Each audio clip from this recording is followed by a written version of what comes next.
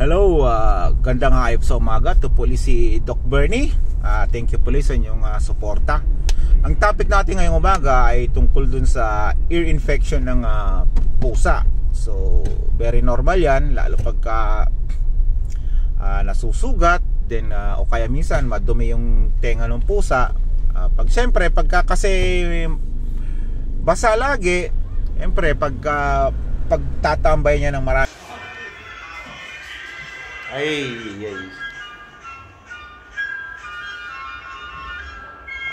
Wala namang ibang parte ng katawan. Maraming mikrobyo. Then pag maraming mikrobyo, then may konting sugat, kakamutin ng pusa, magkakasugat, then ayun, magkaka-infeksyon. Okay, so yung case kasi na to, kung nakikita niyo yung video nung pusa,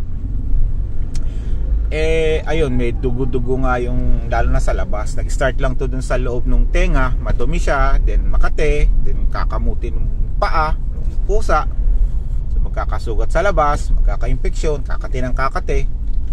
So kahit anong lagay mong antibiotic, hindi pa rin mawawala kasi nagkakaroon ng wound.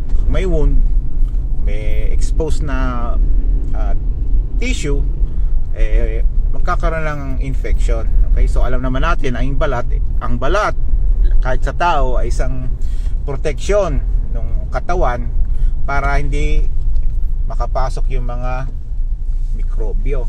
Okay, so ano ba ang dapat gawin dyan? So ang ginawa natin dyan ay sinaksakan natin ng maganda ko injectable, lalo na sa pusa, kasi yung pusa talaga most of the time mahirap bigyan ng oral. Okay, lalo na kung hindi sanay. Okay, so binigay natin siya ng injectable antibiotic, then sinamahan natin syempre rin ng vitamins para gumana yung pusa. Well, yung pusa okay naman yung kain, wala namang problema. Kaya lang pag tumagal, alam niyo naman, pagka napabayaan yung ear infection or eye infection, anong katugon nun? Yung utak, maapektuhan yung utak din, ayun, so on so forth, lalala, magiging komplikasyon siya. Hindi lang sa tenga, pati utak madadamay. Okay, so ang ginawa nga natin, injectable antibiotic, long acting vitamins, then pinalagyan natin siya ng E-collar. Kaya ano ba E-collar? Yung Elizabethan collar, para pag kinamot ng paa at makate, hindi masusugat. Okay, so isang simple pero effective way na hindi rin magkaroon ng sugat yung sa tenga ng pusa natin.